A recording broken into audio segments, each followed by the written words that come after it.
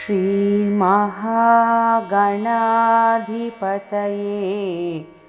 नमः।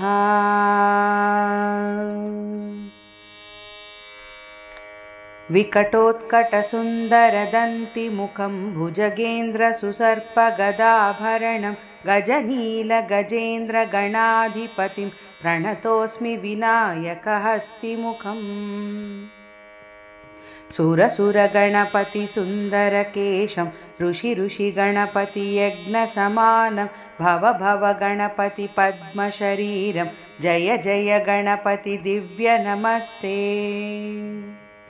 गजमुखवक्त्रं गिरिजापुत्रं गणगुणमित्रं गणपतिमिषप्रियं गणपतिमिषप्रियं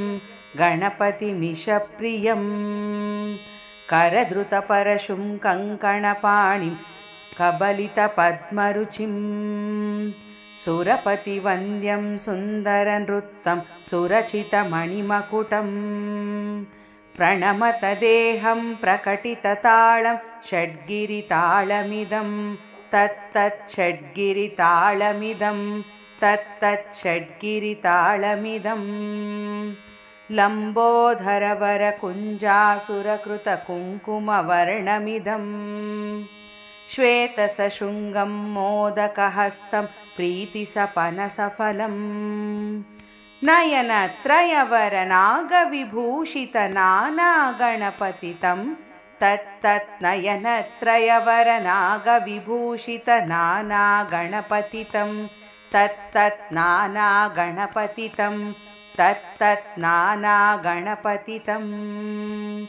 धवलितजलधर धवलितचन्द्रं पणिमणिकिरणविभूषितखड्गं तनुविषहरशूलकपालं हर हर शिव शिव गणपतिमभयं कटतटविगलितमदजलजलदितगणपतिवाद्यमिदम् कटतटविगलितमदजलजलदितगणपतिवाद्यमिदं तत्तद्गणपतिवाद्यमिदं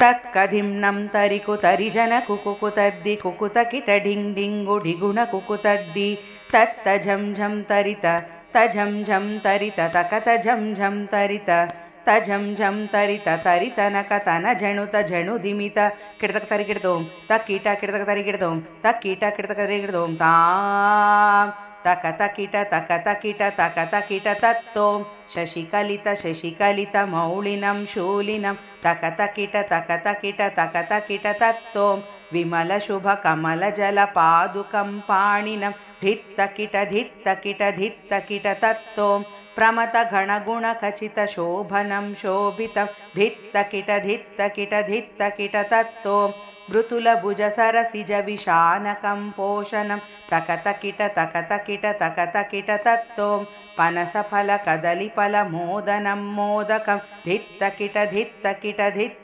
तत्तों प्रमथगुरुशिवतनय गणपतिताळनं ताम्।